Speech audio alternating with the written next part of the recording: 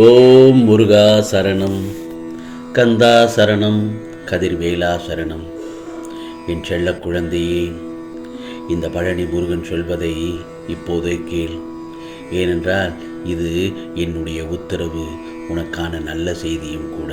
ஆம் செல்லமே, இன்று சில விஷயங்களை நீ கற்பனை செய்து கொண்டிருப்பாய். நீ கற்பனை கொள்வதில் தவறு இல்லை. ஆனால் நிஜத்தில் அப்படி நடக்க வேண்டும் என்று எதிர்பார்த்து ஏமாந்து விட வேண்டாம் என்றுதான் இதை நான் உனக்கு எச்சரிக்கை செய்கிறேன். ஏனென்றால் கற்பனைக்கும் நிஜத்திற்கும் நிறைய வித்தியாசம் இருக்கிறது. கற்பனையில் உனக்கு சுகமான இன்பத்தை மாயை நிறைந்த தோற்றத்தில் தான் தரும். ஆனால் அதுவே நிஜத்தில் எது சாத்தியமோ, எது உனக்கு விதிக்கப்பட்டு இருக்கிறதோ அதுதான் நடக்கும். ஆகவே கற்பனையை நினைத்து நிஜமான நேரத்தை தொலைத்து விடாதே. எது எப்படி எப்பொழுது நடக்கும் என்று உனக்கு தெரியாது. இந்த முருகப்பெருமானுக்கு மட்டும்தான் தெரியும். ஆகவே எல்லாம் நன்றாக நல்லதே தான் நடக்கும். நீ நோய் நொடி இல்லாமல் நல்ல வாழ்க்கையை வெற்றியுடன் வாழ்வாய். இது என் செல்ல பிள்ளைக்கு நான் கொடுக்கும் வாக்குறுதி. இந்த முருகப்பெருமானின் வாக்குறுதி என்பது என் உயிர் சமமான வார்த்தைகள். ஆதலால் அதை நான் நிச்சயமாக நிறைவேற்றுவேன். அதேபோல்தான் துயரம் உன்னை துரத்துவது நீ ஓடும் வரை. ஒரு முறை நீ ஓடின இடத்தில் நின்று பார், அது உன்னை என்ன செய்கிறது என்று. அது உன்னை சீண்டி உன் பக்கம் நெருங்கும் போது நீ ஒரு அடி பின்னால் எடுத்து வை. இப்பொழுதுதான் நான் சொல்வதை சற்று கவனமாக கேட்க வேண்டும். பின்னே அடி எடுத்து வைக்கும் உன் மனதில் நம்பிக்கை, பொறுமை மற்றும் போராடும் தைரியமும் வேண்டும் என்று முனைப்போடு முன்னே செல். உன் இடத்தை பலமாக்க ஒரு அடி பின்னே வைத்து உன் புத்தியும் மனதையும் நேர்முகப்படுத்தி அதன் முன்னே விழித்து காட்டு. பின்பு உன்னை வருத்தி துரத்த நினைக்கும் எதுவானாலும் நிச்சயம் தூள் தூளாய் நொறுங்கி போகும். அந்த சமயத்தில் அழுகை என ஒன்றுக்கு பின்னால் தான் மன நிம்மதியின் உருவம் நம் மனதிற்கு நிறைந்து உணர்ந்து தெரிய முடிகிறது. ஆனால் சந்தோஷத்திற்கு பின்னால் திருப்தி என்ற உணர்வு தோன்றுவது மிக கடினம். அதனால்தான் தோல்வியிலும் துன்பத்திலும் வெற்றி சந்தோஷத்தை விட மிகப்பெரியது என்று நான் அடிக்கடி கூறுகிறேன். அந்த பக்குவம் வந்துவிட்டால் நீ வாழ்வில் ஜெயித்து கொண்டே இருப்பாய். ஆகையால் எதற்கும் பயப்படாதே. நிச்சயமாக உனக்கான வெற்றியான மகிழ்ச்சியான வாழ்க்கை பெறுவாய். மனதில் இருக்கும் விஷயங்கள் தான் முகத்தில் பிரதிபலிக்கும். புரிகிறதா? உன் மனதில் என்ன ஓடுகிறதோ அதைத்தான் உன் முகத்தை பார்த்தே கண்டுபிடித்து விடுவார்கள். நீ மகிழ்ச்சியுடன் இருக்கிறாயா அல்லது துன்பத்தில் இருக்கிறாயா, இல்லை குளறுபடியில் இருக்கிறாயா என்று. இன்று உன் முகத்தை பார்க்கையில் உன் மனதில் உன் கனவுகள் ஈடேறுவதை கண்டு நீ மகிழ்ச்சி அடைகிறதை பார்க்க முடிகிறது.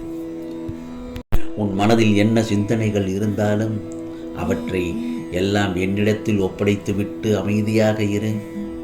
உன் மனம் உனக்கு நேர்மறையாகவும் உன்னை வெளியில் சித்தரிக்கும், உன் மனதிற்குள் எதிர்மறையாகவும் சாயலை வெளிப்படுத்தும்.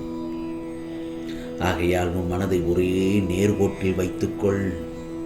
இன்பம் என்ற கோட்டின் மேல் பக்கத்திற்கு நீ சென்றாலும் நடுநிலையை மறவாதே. துன்பம் என்ற ஒன்று வரும்போதும் கோட்டிற்கு கீழ் உள்ள பக்கத்திற்கும் செல்ல வேண்டாம்.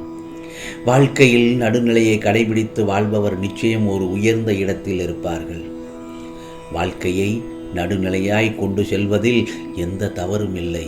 ஆனால் நீ யோசிக்கும் விஷயங்களில் நடுநிலையை எதிர்பார்க்காதே. இப்படி இருக்க வேண்டும் என்ற எண்ணத்தை உன் மனதிற்குள் உனக்காக வைத்துக்கொள்.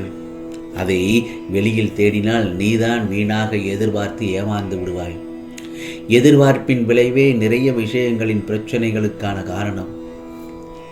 ஆகவே அதை செய்யவும் நினைக்காதே. உன் மனம் நிம்மதி இழந்து போவதற்கு நீயே இடம் கொடுக்காதே.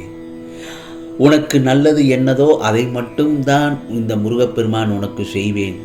எனக்கு இவர்கள் அவர்கள் என்ற பேதம் இல்லை. உனக்கானது என்னிடத்தில் பொக்கிஷமாக இருக்கிறது. அதற்கான நேரத்தில் நிச்சயம் உன்னை வந்து சேரும். அதற்கு கொஞ்சம் பொறுமையாகவும் நம்பிக்கையுடன் காத்திருக்க வேண்டும் என்றுதான் நான் உன்னிடம் சொல்கிறேன். பிறரை ஒப்பிட்டு பார்த்து உன் சுயமதிப்பை நீ இழந்து விடாதே. எல்லோரும் மனிதர்கள். ஆனால் ஆற்றல்களும் அவரவர் குணங்களும் செயல்பாடுகளும் வெவ்வேறுதானே. அவர்களின் வாழ்க்கையில் கர்மாக்களின் பங்களிப்பு ஒவ்வொருடைய வாழ்க்கையிலும் வேறுபடும். ஆனால் வேண்டாததை யோசித்து உன் மனதிலும் புத்தியிலும் அழுக்கை நிரப்பாதே, எல்லாம் உன்னை வந்து அடைந்துவிடும். ஏன் இப்படி கடுமையாக வருத்திக் கொள்கிறாய் என்றுதான் உன்னிடம் நான் பலமுறை கேட்டுகிறேன். நீ இப்படி உன் உடலை வருத்தி கொண்டு என்னை வழிபட வேண்டாம். முருகா என்று அழைத்தாலே போதும், நான் அங்கு உன்னுடன் தான் இருக்கிறேன் என்பதை உனக்காக உணர்த்தி விடுவேன். நான் உனக்கு துணையாக உன்னுள்ளே தானே இருக்கிறேன். அப்படி இருக்கையில் நீ படும் துயரங்களை நான் அறிய மாட்டேனா? நான் உன் வேண்டுதலை என்றும் அலட்சியப்படுத்தியது இல்லை. ஆனால் நீ இப்படி உன்னை வருத்தி கொள்வதை என்னால் தாங்கிக் கொள்ள முடியவில்லை. நீ இப்படி வருத்தித்தான் உன்னை சூழ்ந்துள்ள துயரங்களான திரும்பிய திசையிலெல்லாம் ஏமாற்றம், துரோகம், வஞ்சகம், ஏழ்மை, இன்னும் பல வழிகளும் துயரங்களும் நீங்க வேண்டி நீ முழுமையாக நம்பும் இந்த முருகப்பெருமானை எண்ணி வேண்டிக் கொள்கிறாய். சரிதானே? உன் மனதில் இருப்பதை நான் நன்கு அறிவேன். உன்னை சூழ்ந்துள்ள துயரங்களிலிருந்தும் தப்பிப்பது எப்படி என யோசித்து தூக்கம் வராமல் தவிக்கிறாய்.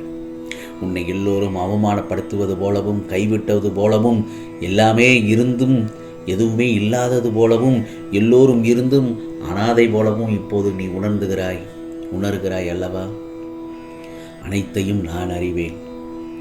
சங்கடங்களை நினைத்து நம்பிக்கை இழக்கிற காலகட்டத்தில் தான் நீ இப்பொழுது இருக்கிறாய். உன் கர்ம வினைகளின்படி இது உனக்கு உண்மையான சோதனை காலம்தான். நான் இல்லை என்று கூறவில்லை. ஆனால் உன் கர்ம வினைகளை அழித்து அதை உனக்கு சாதனை காலமாக மாற்றத்தான் நான் இங்கு போராடி கொண்டிருக்கிறேன். ஆகையால் நான் சொல்வதை இன்னும் சிறிது காலத்திற்கு உனக்காக வரும் சங்கடங்களை சகித்துக்கொள். உன் நம்பிக்கை என்னும் சக்தியை ஒன்று திரட்டி உன் துயரங்களை கண்டு அஞ்சாமல் போராடிக்கொண்டே இரு. இது நீ திடமான சிந்தனையை தக்க வைத்து கொள்ள வேண்டிய காலகட்டம். முருகா முருகா என்று நீ உச்சரித்து கொண்டே இரு. எல்லாம் கூடிய விரைவில் மாற்றியமைக்க இந்த முருகப்பெருமான் நான் இருக்கிறேன்.